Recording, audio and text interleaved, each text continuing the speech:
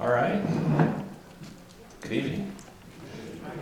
Thanks for having me. I'm happy to be here. My name is Mark Giebel. I'm the Backcountry Wilderness Area Director. I work for the Highlands Ranch Community Association.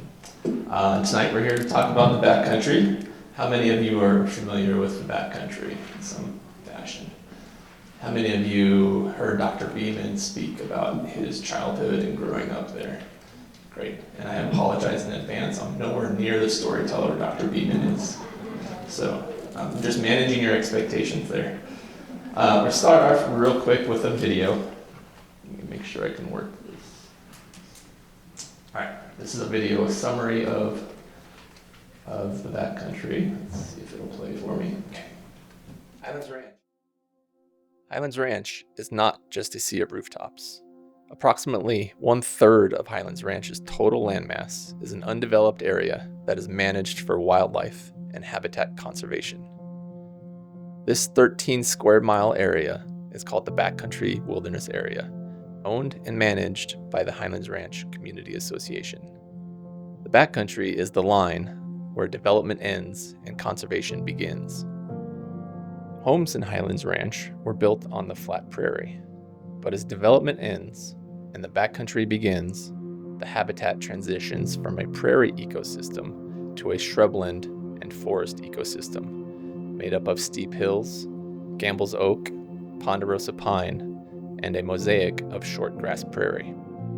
The variety and transitional nature of the habitat and ecosystems creates a great diversity of animal, plant, and bird life. Elk, deer, turkeys, bears, golden eagles, mountain lions, coyotes, and many more species of wildlife can be found in the backcountry. The steep cliff faces of Wildcat Mountain are great habitat for nesting raptors. Currently, the cliffs are home to a nesting golden eagle pair that have nested in the backcountry each year since 2011. Trail closures and other protections are in place to help protect this rare nest. With careful planning regarding locations of the trails, education programs, and recreational opportunities, much of the Backcountry Wilderness Area is only accessed through the various programs of the Backcountry staff, making conservation its highest priority. As a result, wildlife populations are thriving and expanding. Turkey and elk populations have doubled in the last decade.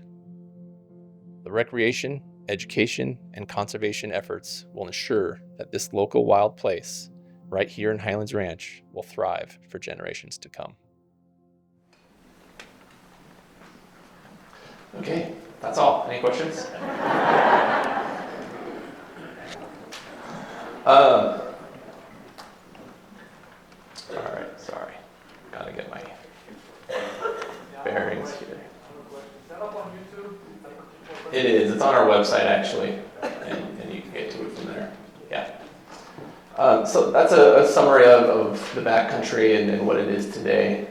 Tonight, we're going to talk more about how we got there and how it came to be, and then the history behind that. But also, first, I want to talk about why I'm qualified to talk about history. When Marion asked me to come talk to the Historical Society, I was honored, but also a little offended. How can I talk about history? But turns out I've been here long enough that I can. And I just turned 50 a week ago, so I guess it's a nice milestone.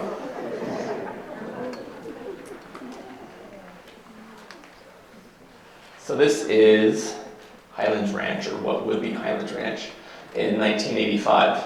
The black border there is what would become the Backcountry Wilderness Area. But you can see nothing around it is developed. And my laser pointer won't work on the screen, unfortunately, so actually I might walk over. So 1985, you can see the very first communities in Highlands Ranch going in along University and Dad Clark, basically. You can see 470 going across the top of the screen. Where I grew up was the first community south of County Line Road, so I was born in 1975. Right there, that's Acres Green. So I was born and raised there, and what would become Highlands Ranch was my playground, basically, growing up. And then fast forward to 1988, You can see more development happening. You can see the beginnings of Highlands Ranch Parkway going through, some homes starting to go in around Highlands Ranch Parkway, the mansions right there. Highlands Ranch High School opened in 1988 for 7th through 11th graders. So I was in 7th grade in 1988 and at Highlands Ranch High School. And let's jump forward to 1993. And that's 1993. So again, more homes around Highlands Ranch Parkway going in. Let me point out the landmarks for you. Broadway, Highlands Ranch Parkway, University, Quebec. Okay, Wildcat Mountain. This would become the Hearth and Firelight, Rock Canyon High School in those areas. So still far, far away from that, even in 1993. That was my senior year at Highlands Ranch High School. We still had pronghorn antelope on our soccer fields on a daily basis and had to chase them off before soccer practice. That is also the year I started working for the HRCA as a lifeguard, as an 18-year-old. I'm going to answer the trivia question here, at Crest Ridge Outdoor Pool, which was the outdoor pool before it became East Ridge. So Crest Ridge Outdoor Pool was there before East Ridge. West Ridge Outdoor Pool did not open before that, in case you're wondering. So, see, I am historical.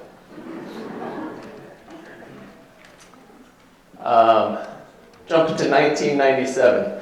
You can see developments coming south quite a bit. Quebec is coming almost all the way through.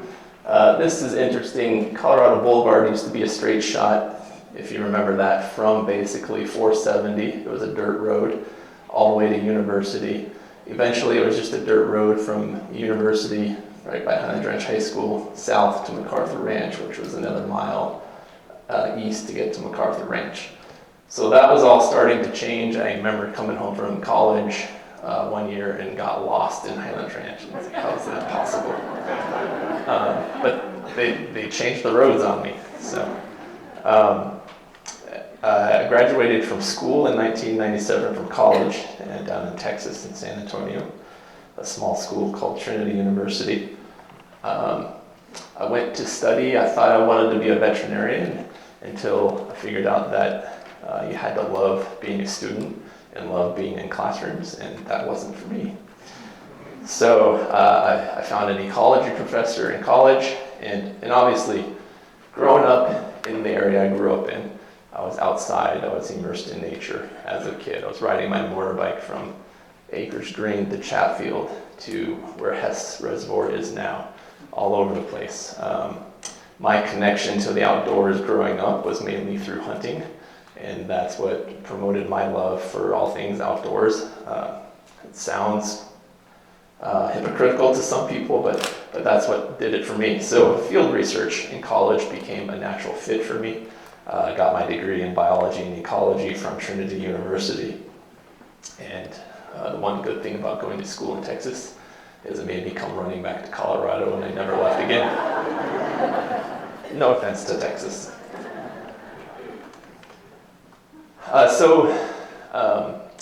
I managed the pools for HRCA through college. East Ridge was built in 1997, the year I graduated from college. I still managed the pool that summer.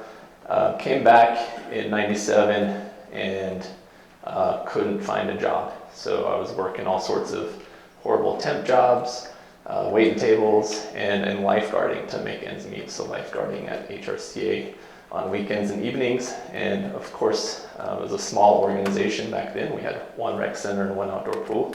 So I knew Gary Giebel, who was the general manager at the time. And he knew my background and mentioned to me that this property called Oscar, that's what it was called before it was the Backcountry, was in the HRCA's future. And learning more about it, I realized like that was the ultimate job for me. And so more conversations with Gary and everyone else I knew at the HRCA. I took a full-time position in 1999 as a rec center manager. And I knew that this property was in the future, and so I told Gary I'd like to work and be involved in the planning and the documents were all being written at that time. There was committees meeting that started in the early 90s, and so I was involved in those late committees in reviewing what is today our management plan and the OSCA plan during that time. And in the meantime, attending all the seminars and conferences I could regarding ecology and restoration and plants and weeds and insects and all those things that you don't learn with an ecology or biology degree in college. So the details that I was never really interested in until this job was in front of me. So in 2001, I attended a seminar from a professor at sea was doing research on these insects that were eating and killing knapweed. And I was just a manager at one of the facilities, one of the rec centers at that point, but I approached Gary and ultimately Shay Holmes with an idea that I would release these insects in the backcountry and improve the habitat at zero cost to them. I just needed time and access to the property. And really my true motive was to get out there. I just wanted to be out there and see the property and get on it and start learning the property. So 2001, started this research, did it through 2005, great results, probably saved HRCA tens of thousands of dollars probably on weed mitigation, and had great results with the research. But like I said, I just really wanted to be on that property and start learning it. So that was the beginning of my affair with the backcountry starting in 2001. So for 25 years now, I've been studying the backcountry and its property and wildlife. I did some projects throughout. My first project is Highlands Point. How many of you walked out to Highlands Point on the Douglas County Trail? Yes. And if you haven't, it's a great walk. It's a nice flat walk. It's about a mile down to Highlands Point from the Griggs parking lot. Great at sunset. But yeah, 20 years later, it's still there. That was my very first project in the backcountry. So fast forward to present day. No, not yet, just kidding. 2006, Shay Holmes wanted to give us a section of the property, 10% of it early. So they gave us the section east of Quebec, east of Monarch Boulevard, called the Wildcat Mountain area. And we opened the first trail system in 2006, but HRCA needed a full-time employee at that point, and I had done enough to where they couldn't say no to me. So that's when I started in this position. I was the first employee with the Backcountry Wilderness Area, and took it from there. Also in 2006, these were the last three pronghorn in Highlands Ranch. So pronghorn are now extinct from Highlands Ranch. We built all of our homes on their habitat. The backcountry is not plains. That's their habitat. So these three, there's one other lone buck, actually there's four, did not survive the winter of 2006. We had like 4 blizzards in a row, if you remember that. Or they moved east, which is what I like to think, but not sure. So now, fast forward to present day. This is what the backcountry looks like today. The blue is the Douglas County East-West Trail through the backcountry. The green are our trail systems. So about 25 miles of natural surface trails through the backcountry. And obviously a bunch of programs and everything else that I'll get to. But today what the backcountry is, what we call it, is an island of conservation surrounded by development. And as more and more things grow around Douglas County, Castle Pines North to the south and east, Sterling Ranch now to the west and West 85, it's becoming a true island of conservation, and the importance of it is only growing and becoming more and more significant. So I'm grateful for the opportunity I've had to grow with the backcountry, to see what I've seen and do what I've done. The experiences have been many and a variety of experiences. Early on, I was trained as a wildland firefighter, not to fight fires necessarily, but mostly so I wouldn't die in the event we had a wildland fire. so I knew how to be safe around it and could work with the firefighters to get them to the right places. And we've done quite a bit over the years to work with South Metro and improve the safety and the access and the mapping of the backcountry to aid in those firefighting capabilities out there. But I have had the front row seat to some exciting and unfortunate times. But for the most part, fires in the backcountry, we've been really lucky. They haven't destroyed homes. The firefighters have done an amazing job every time we've had a fire out there. And we've had some close calls with the fires that have approached the backcountry homes there in that northwest corner of our property. I've been there to evaluate the destruction after, only to see the property rebound the next spring and look better than ever. And then when that happens, the elk and the wildlife are on those areas heavy and heavier than ever typically. I've also seen the opposite side of things with heavy snowstorms and blizzards and droughts. So this is midsummer, grass not growing more than ankle high during one of those severe drought seasons that we've had. Some of our stock ponds, or all of them in those years, dry up to where there's little or no water. I'll talk more about that in a little bit. To other years where everything is thriving, wildlife are thriving, grasses are thriving, the ponds are full. Lots of ups and downs through the property. I've worked with hundreds of volunteers and great people, scout organizations and Eagle Scouts to accomplish a lot of what we've wanted to do. Got to take part in eagle banding, which Jamie was there too, which was a great experience, and build partnerships with organizations like Douglas County Search and Rescue, who helped lower our raptor biologist over the cliff to grab this eagle. And we put a band on the eagle, and it's a mortality band, so you have to get lucky once that eagle dies that someone finds it and finds that band and calls it in. And that's how they study how far an eagle might go from where it's nested and things like that. So no reports yet, which is great. Hopefully it's thriving somewhere. And of course, I've worked with amazing staff. We have a team of 11 full-time staff now, and most of them are responsible for building the programs that you see in the backcountry and the quality of those programs. In the beginning, the programs, I was doing them, and I wasn't good at them. And so when we started hiring people to do that, now we have people that have masters in environmental education running these programs and do amazing work with that. I get to guide hunts as part of my job and pass on my love for all things conservation and wildlife and to the next generation and families in Highlands Ranch. Like I said in the video, I've seen the elk population double, probably more than double at this point, and the turkey population has actually tripled at this point, if not more.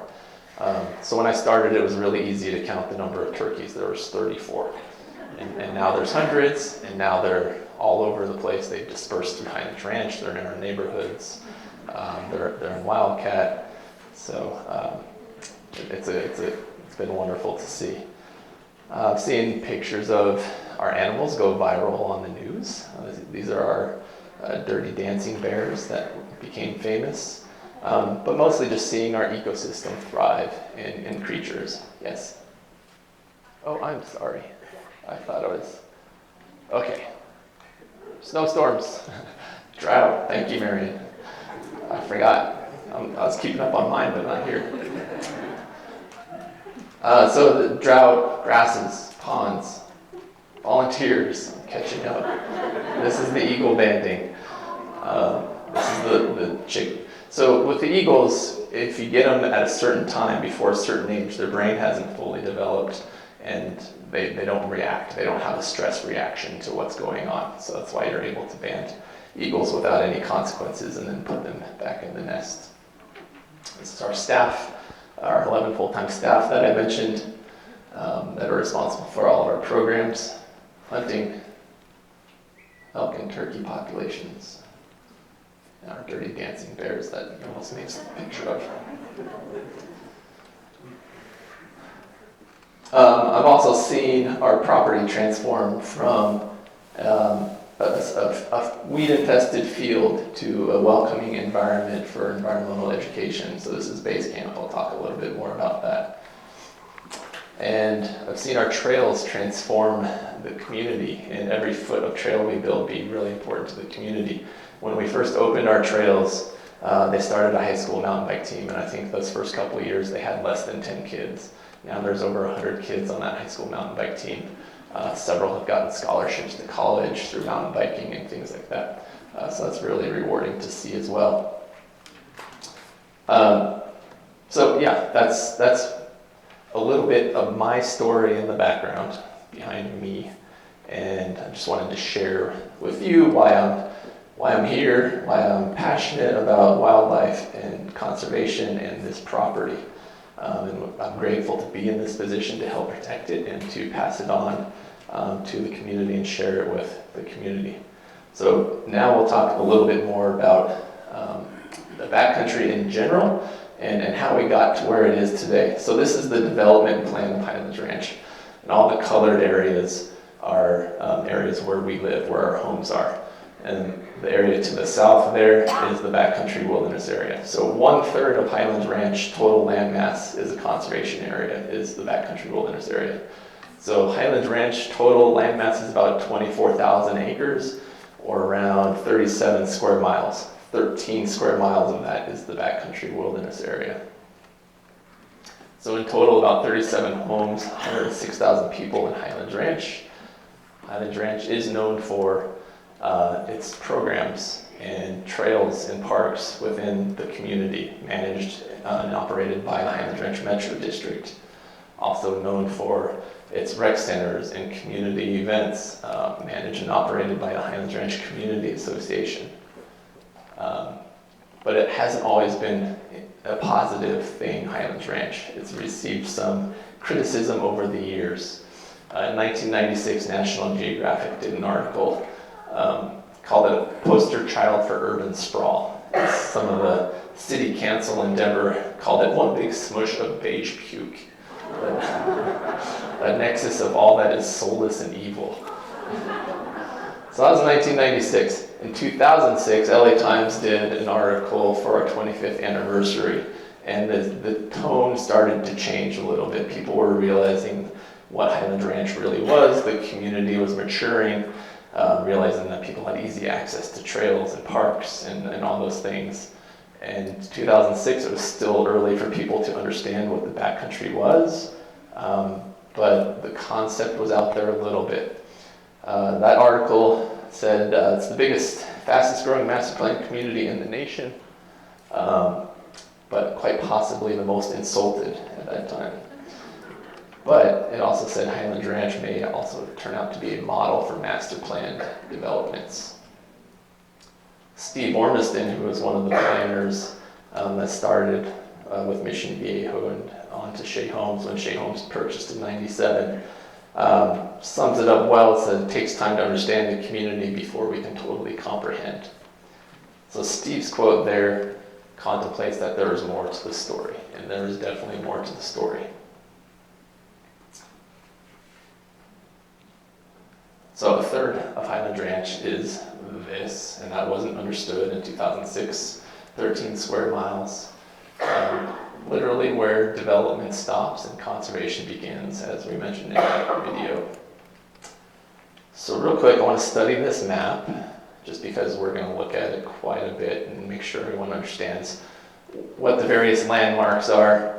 So the trail on the east side, the Wildcat Mountain Trails, yellow, and then the Highlands Point Trail system, connected by the Douglas County East-West Trail. And the Douglas County East-West Trail is the blue trails. This outlined area here is the law enforcement training facility. So when you hear gunshots, that's where you're hearing it from. It's coming from here. And you can hear it all through Highlands Ranch. Base camp is right next to the law enforcement training facility, along with our horse corrals, and our archery range are in that same area. And I'll talk more about the hows and whys of that as well. The Backcountry community is over here in the northwest corner. Mountain Vista High School, Rock Canyon High School. Can everybody see that from over there? Everyone oriented, for the most part. So, how did we get here? There's different layers of protection, and I just had unbelievable conversation with Mark that I'll get to in a second that connected a lot of dots for me. The original 1980 conservation easement was basically an agreement between Tweet from Cherokee Ranch, and who was on the Douglas County Planning Commission in those days, and Mission Viejo. And I'll talk a little bit more about that in a second here. And then the extra layers of protection that happened with that was the 1988 OSCA agreement, which basically said the property would eventually go to the HRCA once Highlands Ranch reached 90% build out. So that's why we got some of the property in 2006 and then all of it in 2009. That's when we hit that 90% mark. The 2000 OSCA plan, that is the zoning document. That was an agreement between the developer, Shea Homes, the county, and the HRCA. And that's basically what you can do where within the backcountry. And I'll talk more about that as well. And then the 2002 management plan was basically outlining how we would use the property, where we would put trails, where education could happen, and more importantly, what we should conserve and make conservation the first priority. So those are the important dates in the timeline figure. And then beyond that, 2006 is the first conveyance. 2009 was the second conveyance of the rest of the property. We opened trail systems concurrently with that, and the Douglas County Trail was opening segments concurrently with that until 2016 and 2021, where we had some conceptual plans for further development, first outside of base camp and then in base camp, and I'll talk more about that too. So the first conservation easement covered the white area there, and this is the dots that Mark just connected for me. I always understood that it was Tweet from Cherokee Ranch that was pushing this conservation easement and kind of responsible for it, and somewhat acting in her own self-interest, right? Because Cherokee Ranch is to the south of that, so she didn't want to see homes from Highlands Ranch at some point come all the way south. And there's a massive ridge line right here, and that's where the Douglas County East-West Trail is. So when you're in Highlands Ranch, you can't see beyond that ridge line, and that's what Tweet wanted. Was her home, her castle was here. She didn't want to see anything in this area, and so that's why the conservation easement covers what it does. It all makes sense to me now. Thank you, Mark.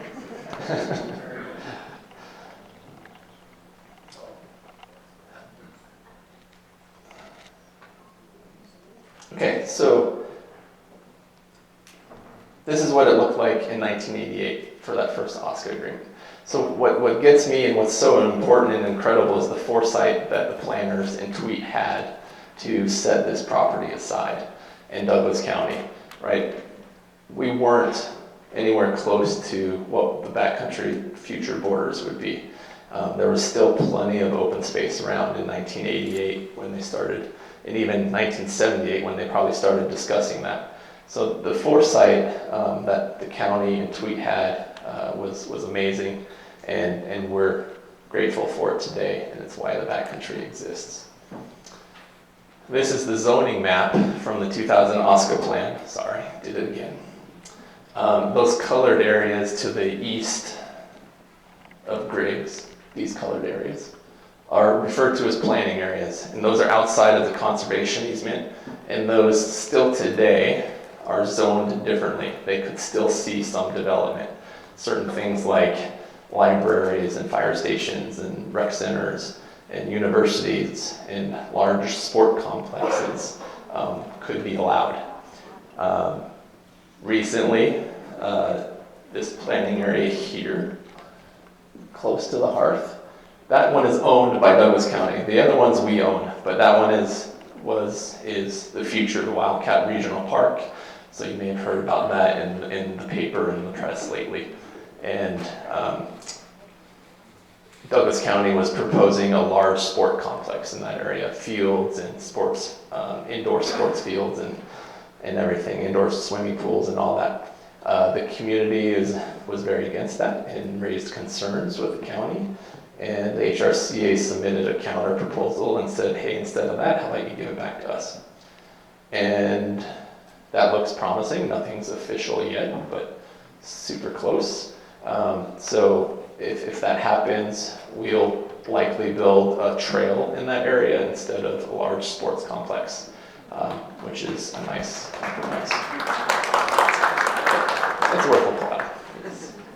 The community is happy. And I mentioned a conceptual plan that we did in 2016. Same idea. Before we moved base camp over here, we thought about building base camp in this area. And we got the same resistance from the community that the county got, not quite as bad, but there's definitely resistance for base camp in that area. So we ended up not doing that, and I'll talk about that more in a little bit too. So the purpose of those planning areas, remember this is written in 2000, 25 years ago, was that the development of those areas, or the sale or lease of those areas to for someone to develop, would fund the management of the rest of the property. And 25 years ago, they thought the management of this property was going to cost millions and that the community wouldn't be able to afford it, or the community association wouldn't be able to afford it. So that was the point, sacrifice 1,200 of the 8,000 acres to development to fund the management of the rest, right? It's logical, you can understand the thinking. So over the last 20 years, what we've shown is that we can manage the property for very little money. Basically, it's costing you $5 per household per quarter, $20 per year. Our expenses are about $2 million right now. Revenues are $1.4 million. That's mostly our programs. And assessments fund the remaining $600,000. Sure. What are the assessments? That's $600,000. Yep. That's the $5 per household per quarter. So that's the HRCA share of paying for the backcountry.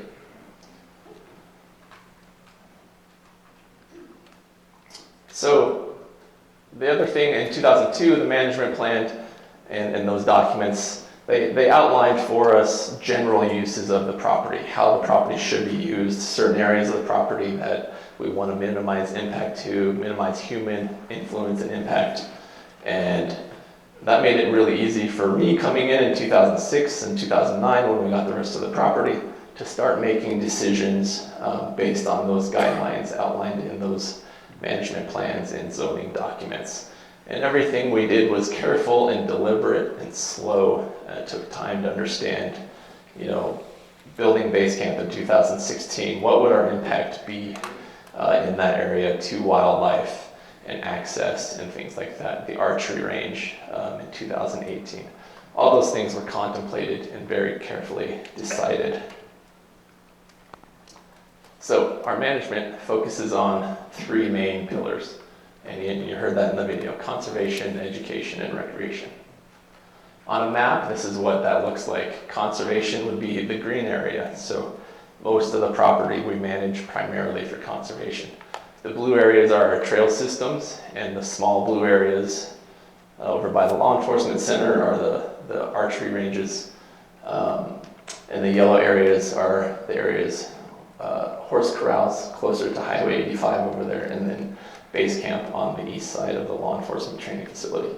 And those 2 yellow areas is where we produce over $1 million in revenue with our programs. So very little impact to the overall property for those programs.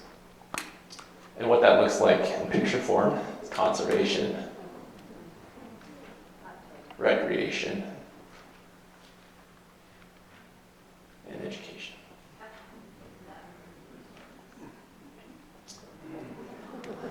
That's one of my favorite pictures ever.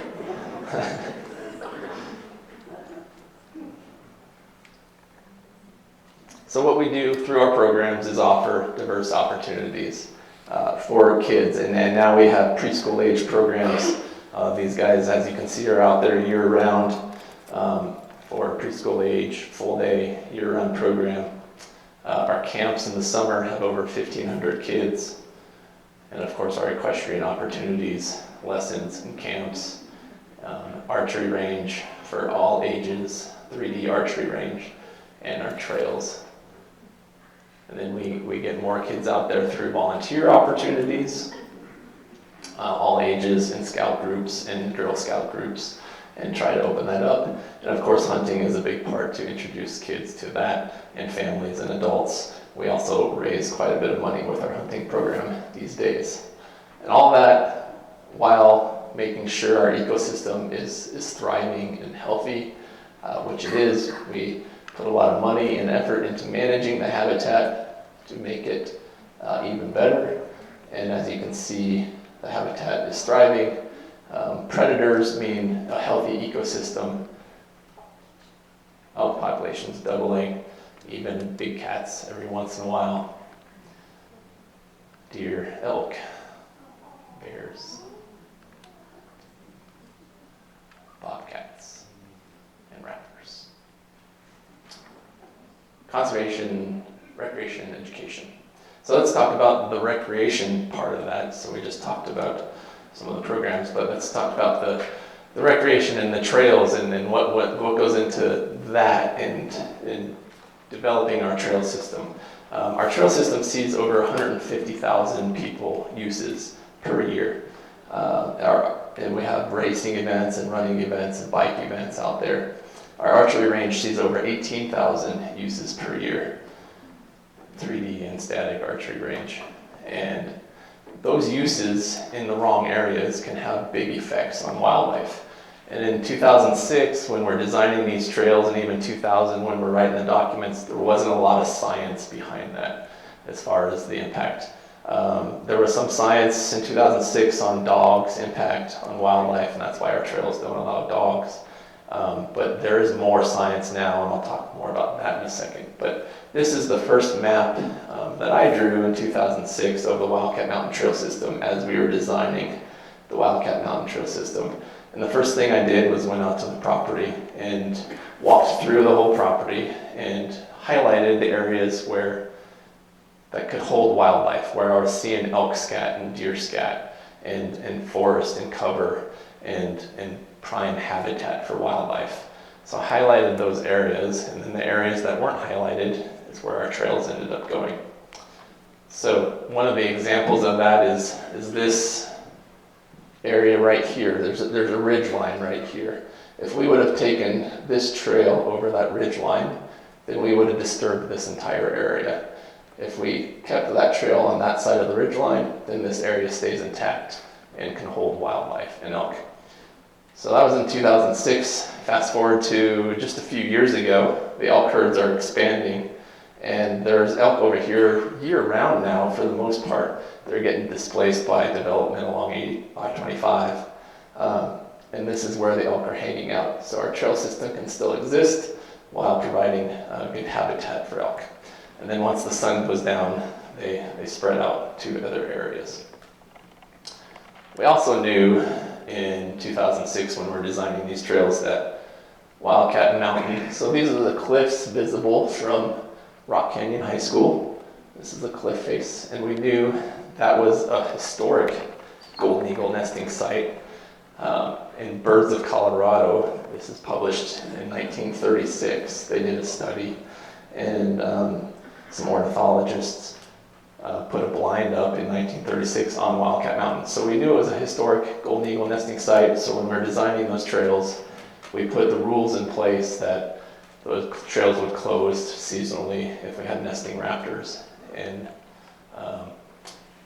the various closures and working with Douglas County. And then lo and behold, in 2011, 5 years after we opened that trail system, the golden eagles came back. Now, I don't know if they were back in the 50s, 60s, 70s, or whatever, but they weren't there when we were building those trails. And we took the proper precautions, had the right rules in place. And so now these eagles have nested there every year since 2011. Yeah, same eagles, pretty cool. Last year was the first year where they actually didn't nest at all. They've had several failures. It's about a 50% success rate. This right now is usually when I confirm the nesting. I haven't done that yet. I checked last week and she was not on the nest incubating an egg, but I'm seeing them around, and I'm only seeing one around, so I'm thinking They are incubating. I just need to go out and confirm that. So our seasonal closures, they always have some issues, right? The human element, people not wanting to follow rules. So the Wildcat Mountain Trail System, the whole area closes January 1st through April 1st. And that's for wintering elk, but also the golden eagles. But you have people, and people break rules. So we've dealt with that. About 5 years ago, I thought about lifting that closure, but I wanted to give it one more try, so we put up extra signs and explained why the closure's in place, that elk are basically starving to death all winter long, and they winter over there because there's a water source, and they want to be close to water. And explain that in these signs, but then also threaten them with cameras and shaming them on social media. So maybe both worked.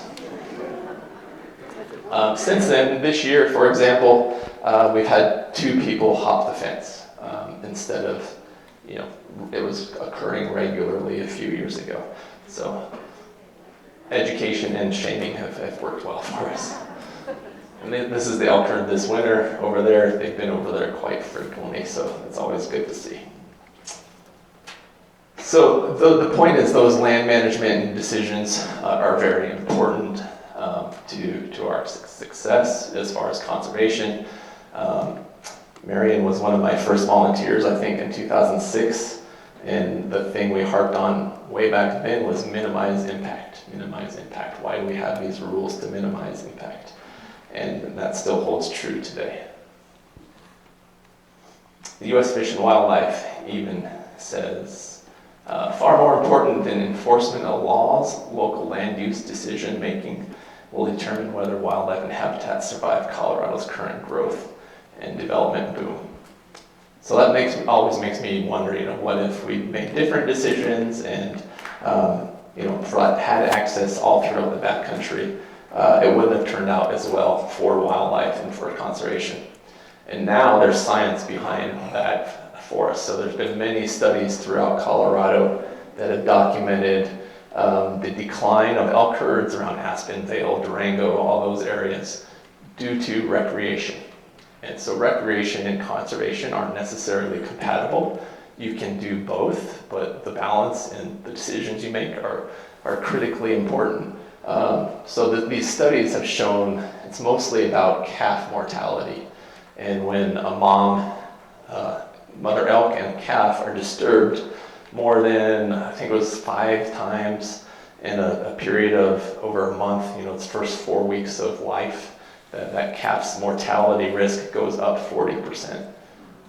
So that's what's going on in the areas like Vail and Durango and Aspen, was the recreational impacts. And that just has to do with population in Colorado increasing, with technology making it easier to get further into the wilderness for more people, and things like that. We don't understand. Those impacts are hard to see, right? When you're out there and you're on an ATV, you're cross-country skiing and you see an elk run from you, or mountain biking in the summer and you see an elk and a calf run from you. Cool, it's nice to see that, but you don't understand the impact you're possibly having on those animals. And that's what this science has taught us. So the research and the science is telling us that we're doing it right and making the correct decisions as far as that goes.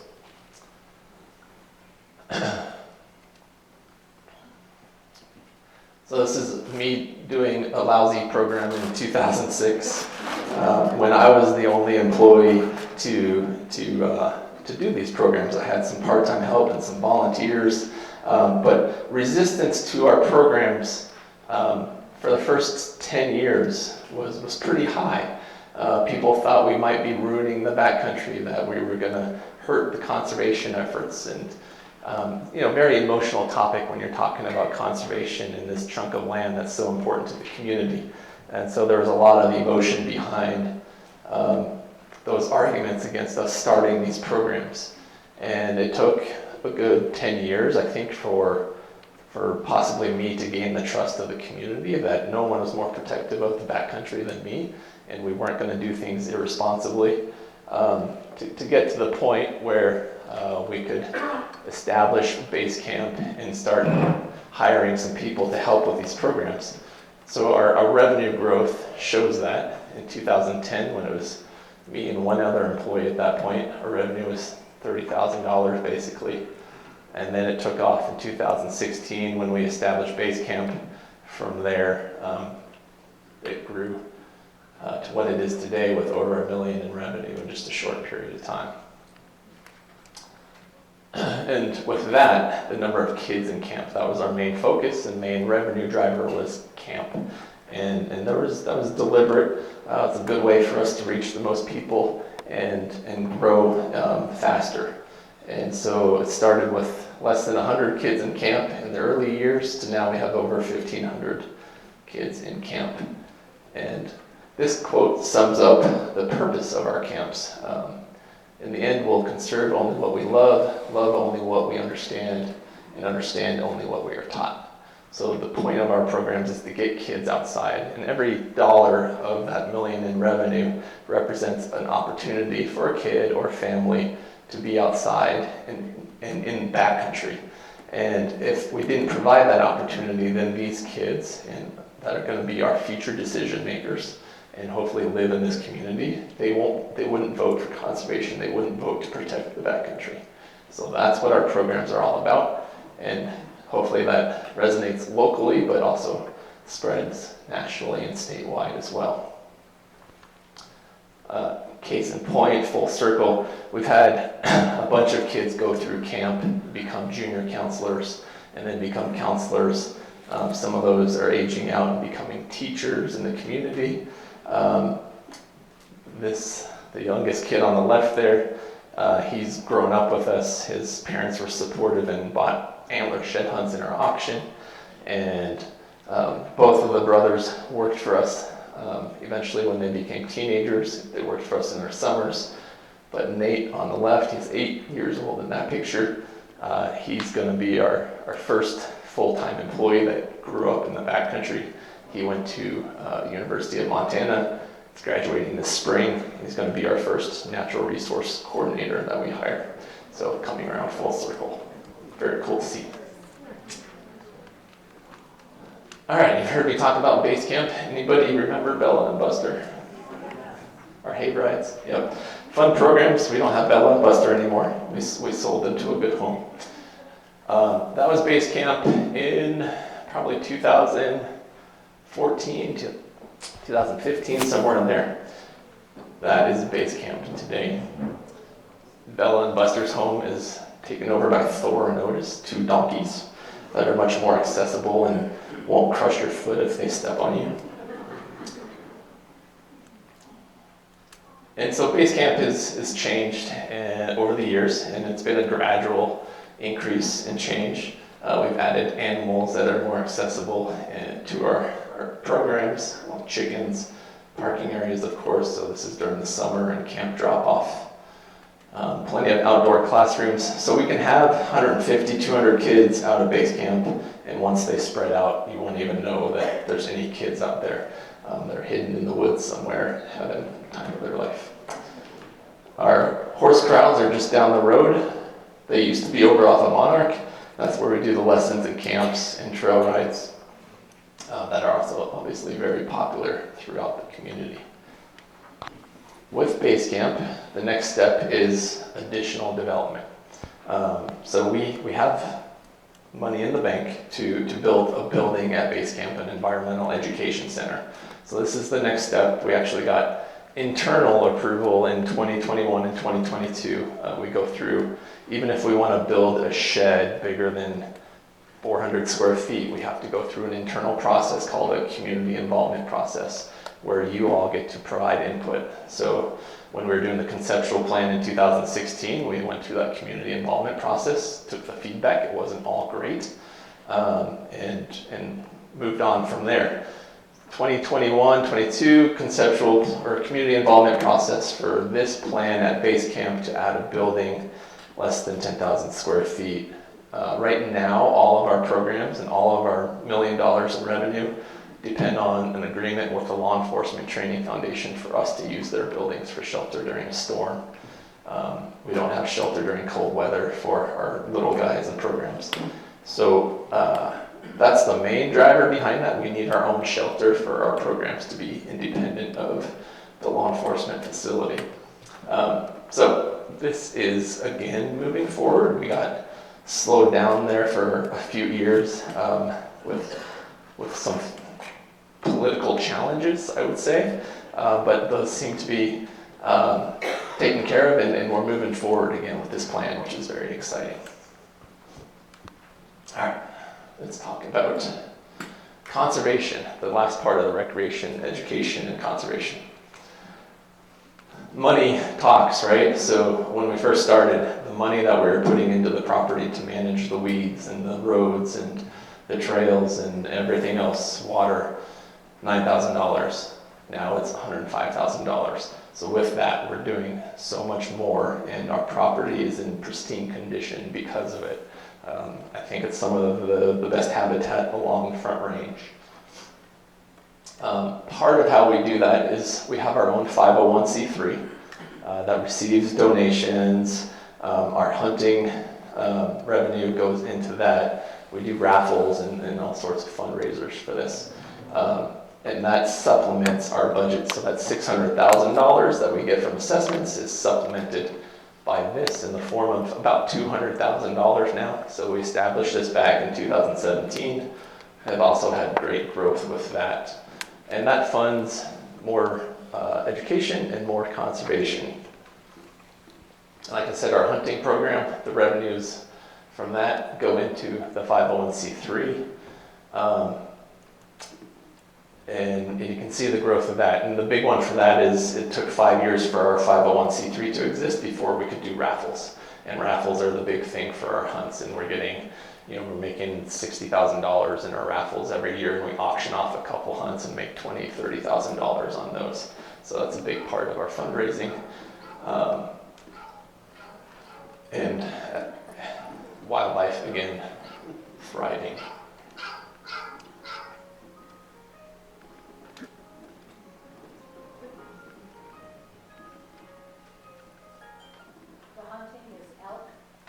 Elk, and a couple of deer and turkey. Yeah. We've also done several projects over the years. This is the substation over off of Monarch, the Daniels Park substation. We had severe erosion going on from drainage off of that substation. We worked with Excel to take care of that erosion. That's a disturbed area. You get weeds and more erosion if you don't address it. This is the runoff that was coming off the substation. Some of those ditches were 30 feet deep.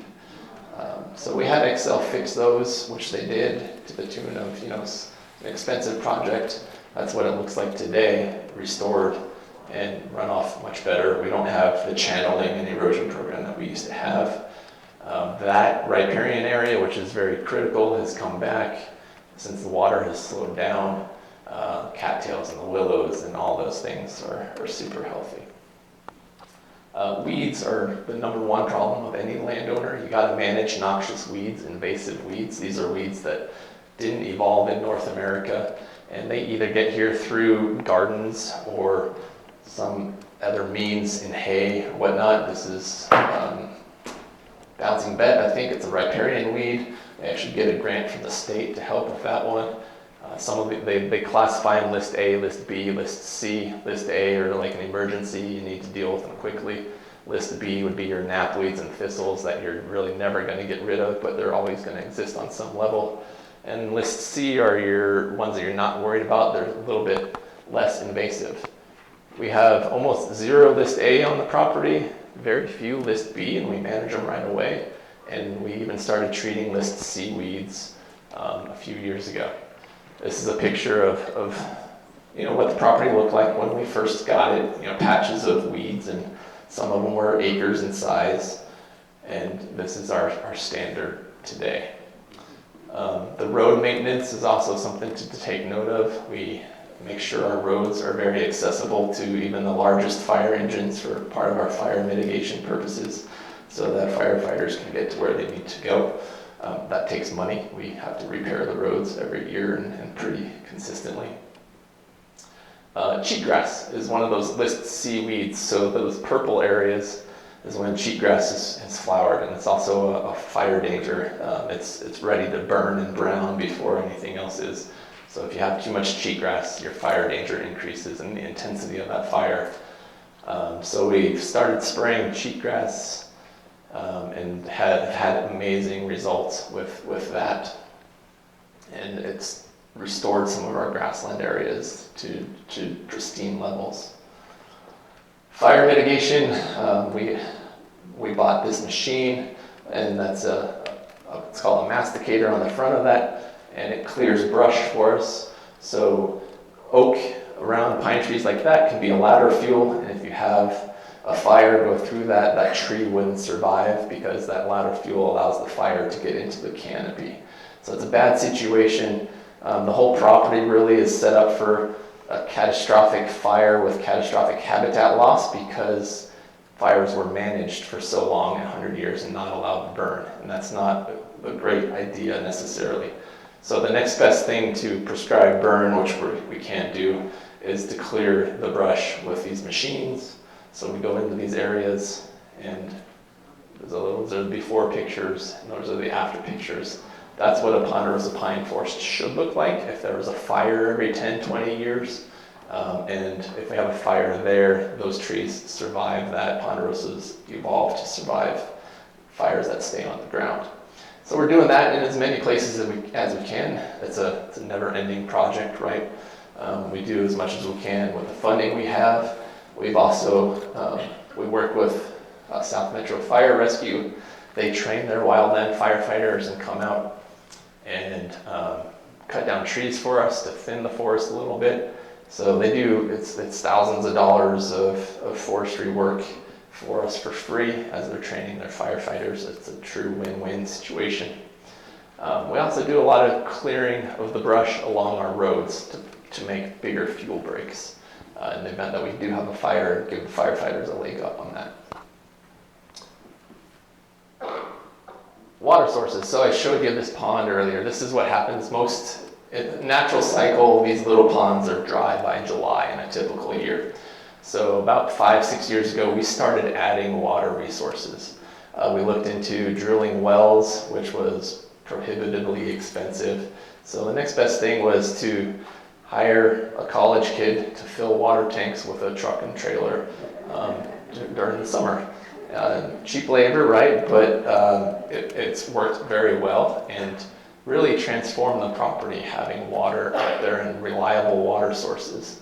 So all those blue marks are water sources throughout the property. And that's completely transformed the property. It increases the carrying capacity of elk. Turkeys started roosting in different areas, and that's aided in their population growing as well. So big change as far as that goes. So all the marks are tanks? Yeah. Tanks. Yep. And some of them are hooked to Centennial or Highlands Ranch water now. Used to be Centennial water. But some of those we trailer that water to. So we have a 1,000-gallon trailer, fill them at a hydrant at the Law Enforcement Foundation, trailer the water out there, and do that basically April through October until everything freezes. There's one of the college kids. The 6-year-old in that antler picture. And then these boards across the tank, they serve a few purposes. One, they keep cattle out of the tank. Their hooves will cut the tank and destroy the tank. But these 1,000-gallon stock tanks are death traps to small mammals and birds. And so we call these the water taco. You can see the steps have been knocked over there, but I'm sure he fixed them because he's a good employee. The small mammals and birds can walk down those steps no matter what the level of water is and access water safely and not drown in those tubs. And so those have been all Eagle Scout projects. And every one of our tanks has those, and we don't have any bird deaths to speak of or small mammals that die in our tanks because of it.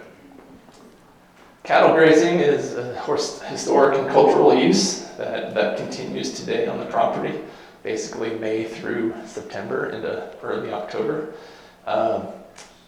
When we first started, like 2012, I think one of the first things we did is put up fences along those green lines, making the the property into 3 different pastures so we could do high intensity, short duration grazing. which has had great results. All of our fencing on the property is wildlife friendly, so turkeys can go under it. The top and bottom wire are smooth. Cattle won't go through it. And there's wildlife crossings within the fencing as well. Those boards make it easier for wildlife to get through. We haven't grazed in 5 years this whole south end of the property. Partly just to experiment and see if the cattle grazing is indeed beneficial, if there's enough elk that they're doing the work that the cattle need to be doing as far as grazing. Grazing is healthy when it's done right. We've reduced the number of cattle grazing on the property from 300 pair to about 80 pair. And so we've reduced it by 75% over the last 15 years. And we're holding steady now at 80 pair, which seems to be a good number and is healthy for us. You've seen trail camera pictures of all the wildlife. We use trail cameras to monitor the property, to monitor the wildlife, to shame trespassers on social media. This is what the cameras look like. We just switched over last year from cameras where we used to have to manually go change batteries and grab the memory card from them to solar powered cameras that transmit straight to my cell phone. So we have 30 of those out there, and I no longer browse social media. I just look at pictures of wildlife on my phone. I think it's healthy. I think it's a better thing. So we get great pictures of wildlife, but it tells us a lot. It tells us where they are, where they're spending time, what they're eating, how many are hanging out together, where the bulls are hanging out compared to the cows, where they winter, what big predators might be out there or not, where they're calving and having babies, and then after they have babies, where they're spending time, so we can avoid those areas as much as possible, which we do. How many turkey poults we have, and then our closures. We put them up on the wildcat trails during our closures to monitor the elk and how often they're there, and to see if there's any trespassers there. Question about the wildlife. Are bison ever considered being introduced? That's a good question, and I'm going to get to that. Yep. It's coming up. So these pictures now go straight to my cell phone. If I see someone jump in the gate, we're able to send somebody out to immediately educate them, which is handy. We need that. I've wanted it a few times. Yeah, the Ring doorbell would be great. Someone asked about the elk herd along Monarch and Quebec earlier, and so this is a diagram that shows the different elk herds, to the best of my knowledge, around the areas. So our main herd is, and these bubbles are general, of course. The numbers are pretty right on though. So when I see a herd of elk, I do sit there and count them. People have asked me that. It's easier than you think it might be. So this number when we first got the property was 150 elk. And just last weekend I counted 300, and that's the highest number I've ever counted in that herd. This number between Monarch and Griggs, when we first got the property, was 30. So that number has grown substantially. It's a little bit concerning. I'm not sure that we're not going to have an overpopulation problem in the near future. And I put 150 to 200. I think this herd joins up with that herd, but I think there might be some turf wars going on, honestly. There's some strength, there's some weird dynamics. This herd seems to be nomadic. I think they might have come from Happy Canyon and I-25 where all that development is going on, so they don't really have a home. So we're starting to see them going into the bluffs and Surrey Ridge quite a bit more, up Quebec and University this winter. And last winter, this herd went all the way up to 470 through that corridor that connects to the Lynx golf course. Seems like every winter they go on a little adventure and trying to figure out what's around them and where they can go. So collisions on Griggs Road, Monarch Boulevard. If you have teenagers driving on those streets, tell them to slow down because they're crossing Monarch and Griggs quite a bit more than they used to. This herd up here around Chatfield and Plum Creek is different from, there's a southern herd, and these are the ones I'm more unsure about because I don't study them like I do on our property. This green area is Roxborough would be right here on the map actually. So this green area is land that's been protected by the county or the state as a corridor to connect the backcountry to Roxborough Pike National Forest. The problem right now is they put up wildlife fencing along Highway 85 that's made it really hard for elk to cross 85. Elk don't like underpasses, they really don't use them. So that corridor is there, but there's difficulty in elk moving back and forth. Same kind of wildlife fencing on I-25, and that may result in elk being boxed in this whole big general area, and it'll be interesting. It's harder for them to disperse. In years past, it's been a lot easier for them to cross I-25 or make it to Pike National Forest, so we'll see what happens with that. Bison. So over the past few years, we've been working with Denver Mountain Parks. So Denver Mountain Parks owns Daniels Park. This is Daniels Park Road, and that's where you see the bison, up on Daniels Park Road.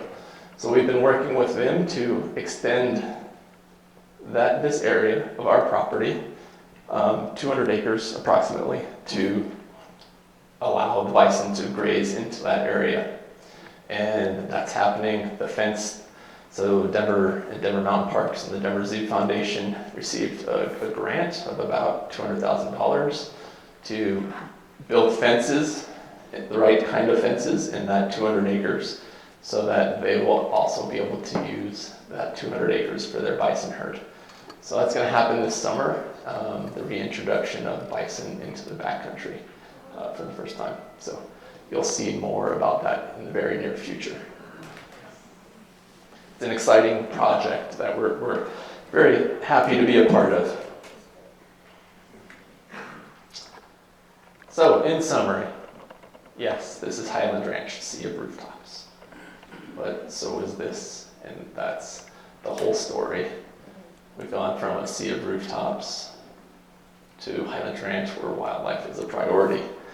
We've helped hopefully change the narrative of Highlands Ranch regarding that. Conservation, education, and recreation. I think that's it. Yes, that is all.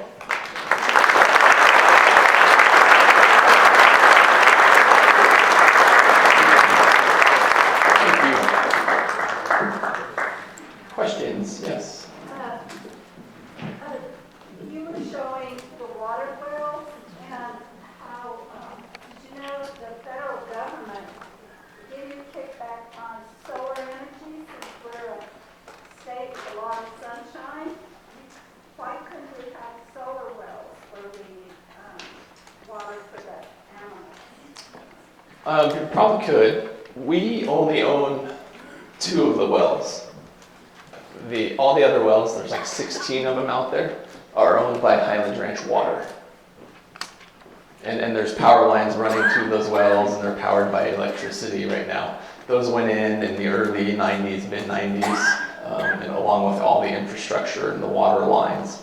So a lot of times when Highlands Ranch is getting groundwater instead of surface water, there's wells throughout Highlands Ranch in the community, but there's about 16 out there, and there's water lines pumping it into the community and into the treatment plant from those areas.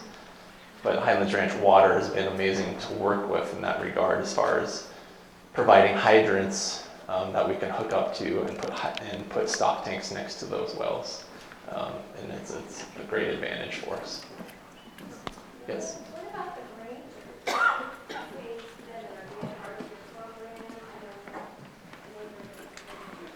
Yeah, so the rangers are Highlands Ranch Metro District.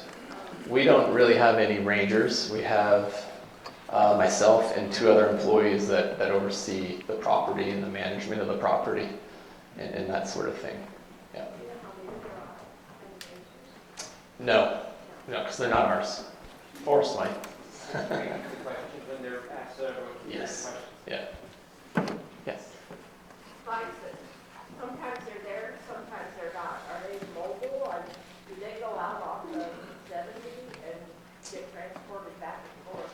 I heard that one time. Yeah, it's the same herd managed by Denver Mountain Parks, the Genesee herd and the Daniels Park herd.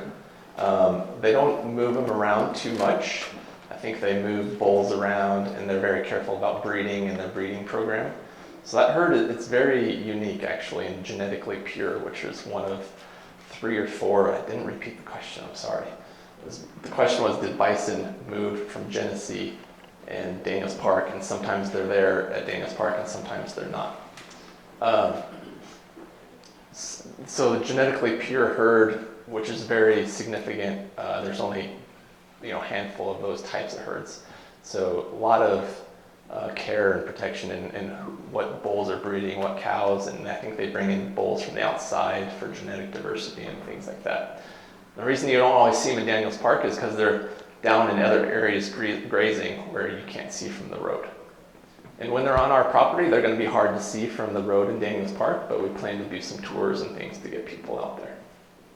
So, Go ahead. hi, I'm from the Roxborough Historical Society, and we have discovered, a lot of historical evidence of human activity. Things like that. So I wondered if you had found any of that here in Backcountry. Yeah, so the question was if we found evidence of prehistoric human activity or even Native American. Yes, the answer is yes to that. Shea Holmes or Mission Viejo actually did an archaeological assessment, I think in the late 70s and early 80s. So there's certain sites that are of historic value. We've certainly found arrowheads and things like that, and probably some burial sites out there as well. So there hasn't been any extensive study of it. Other than that study that they did way back in the early 80s, I think, just to make sure that they didn't build on anything or ruin anything. Otherwise, just kind of leave them lie. Yeah, petrified wood is also very common out there. Yes. So you showed the different elk herds.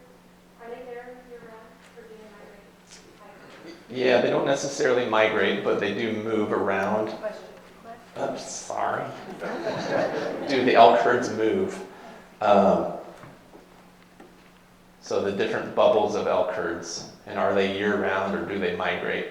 And the question, they don't really migrate. Migrate is a big movement, but like this elk herd might all be on Cherokee Ranch at a given time, or Castle Pines Golf Course at a given time, and things like that. So they're not always here. This herd of 150 is almost always there. And even though it's right off of Monarch and Griggs, there's enough terrain there where they can hide in that area, and they exist there 300 days a year. Like I said, they go on an adventure every winter for some reason, but otherwise they're pretty year-round. And I think now their movements are even more restricted because of the wildlife fencing and things like that. So it's going to be an interesting 5 years to see what happens with the populations. Yes. Describe the hunting program. So you indicated there was a raffle, and then that one slide they were stationary, and there were just certain spots where you could hunt from. Yeah, so the one slide was the archery range. So No, you had. Oh, we were just staging a photo. It was a good photo opportunity. And that is how we shoot, though, from shooting sticks typically. It increases our success greatly. But the hunting program is all drawing, which is free for any Highlands Ranch resident to enter. There's people that have been putting in for 15 years and haven't ever drawn. The question was to explain the hunting program. I'm going to get this sooner or later. The drawing is one way to win. Now we have raffles, which some hunts, this is like 20% of our hunts are raffles, and those are kind of the premier hunts now. And then we usually auction off one of the premier hunts as well. And so there's 3 ways to win: drawing, raffle, auction. So it's all lottery based. Are those advertised on your website? Yep. How do people find out? Yeah, all on our website. Yeah. Yes. What about your deer population? Excellent question. We live off of Summit View, just east of the Summit View Elementary School, and periodically we get visitors, deer, maybe 5 buck at a time. Yep. And I'm wondering if they're coming up from the backcountry or just the ranch? Yeah. So the question was, what about the deer population? It's very small and similar throughout the state, similar problem with deer. I think our issue is too many elk and they've displaced the deer. I've definitely seen a decline in the deer population in the 20 years I've been here. But where you're seeing deer hang out more are around the areas where humans are, because elk aren't there, because elk tolerate humans less so. So you probably see more deer than we do in the backcountry on Summit View. Not a safe place, but Yeah. So we see deer around our trails, around our archery range, on the northern part of our property, because that's where the elk are frequent less often. Question for you. If you look further to the west with Sterling Ranch and all that they've done, are they modeling anything that Highlands Ranch and you have done? And what's the big threat that we're facing, let's say 10 years, in the next 10 years? Yeah, I don't know enough about Sterling Ranch to really know if they're doing anything. I know they have some open space, but I don't know the details of it. So the question was about Sterling Ranch and whether they're modeling anything after us. And our concerns for the next 10 years, you know, that green corridor there, so Sterling Ranch will come up to the north side of that green corridor. So thankfully that green corridor is protected. Ideally, there's an overpass that goes over 85 someday. That's a big ask, right? That's $10 million at least, probably more like $15 million. But that would solve a lot of issues for us, for elk, to be able to move to Pipe National Forest. I know it's a big ask, and maybe, you know, we're hoping too much. 5 minutes, so a few more questions. This is an area open to anyone, right? It's not exclusive to Highlands. Our programs are open to anybody, so we'll take anybody's money. But our trails, so the green trails there are just like our rec centers, where you're supposed to live in Highlands Ranch and belong to HRCA in order to use those trails. The Douglas County Trail is open to the public. And the question was, are the trails or programs open to anybody? So programs, yes. There is a different fee for non-HRCA residents. They pay a little bit higher fee. But trails, both public and private. Yes. Was this property ever part of Cherokee Ranch? I finally did it at the end. No, it was not. They've always been separate. Yeah. Yes. Do you have any influence on the increased traffic since the backcountry has been developed residentially? The speeding and the traffic is getting really bad north of the backcountry. No, I'm a biologist. No. The backcountry community is very different from us as well, but that would be more of a DC Sheriff, Douglas County Public Works question. Yes. On Highway 9 north of Silverthorne up to Crumlin, Yes. there's about 3 or 4 of those big overpasses. Is that state money that did that? Did the state money be available for the purposes here for an overpass? Yeah, so the question of Highway 9 outside of Silverthorne, there's a bunch of overpasses between there and Kremling. Large part of that was funded by the billionaire that owns the ranch along on the west side there it's called the Blue Ranch. I think Jones is that guy. So it was privately funded, quite a bit of it, but also state and federal funds. Douglas County is building an overpass over I-25. It was just in the media this week. And they're starting that project in the Greenland area, Larkspur area over I-25. So, you know, maybe someday. Yes, sir. Do you have anything going for kids and adults on wheelchairs? Yes, and actually I'm glad you brought that up. Question, anything for kids and adults on wheelchairs? Our archery range is accessible, the static archery range is, And then base camp is pretty ADA friendly, probably some difficulty, but if someone's pushed in the wheelchair, it's certainly accessible. The other part of that I wanted to mention is starting this summer, be on the lookout on our social media and emails. Tuesdays and Thursdays mornings from 6 to 7:30, base camp will be open to the public, kind of like open gym, 2 minutes. And so that'd be a great time for you to come visit base camp. There's not necessarily a program, but you can have coffee with the chickens, which is incredibly relaxing. Or there's a little trail you can walk around and watch birds if you're into that sort of thing. So be on the lookout for that. It's going to be Tuesday, Thursday mornings and evenings throughout the summer. And not currently, no. Last question, I think. There's a picture of a little boy with archery, and there was an animal there, and it had a very big rat. Yeah. Was that, how can you tell the difference between a deer and an elk, and why was he sitting nearby? I just worry with an archery and an animal. That was our 3D archery range. So it's a fake elk. Yeah. The question was about the kid shooting the elk, and the elk was just laying there. But that's a fake elk. So our 3D archery range is like a putt-putt golf course where there's 24 holes. Each one has a different target, a different animal, a different length shot, and all those good things. Thank you all very much for having me.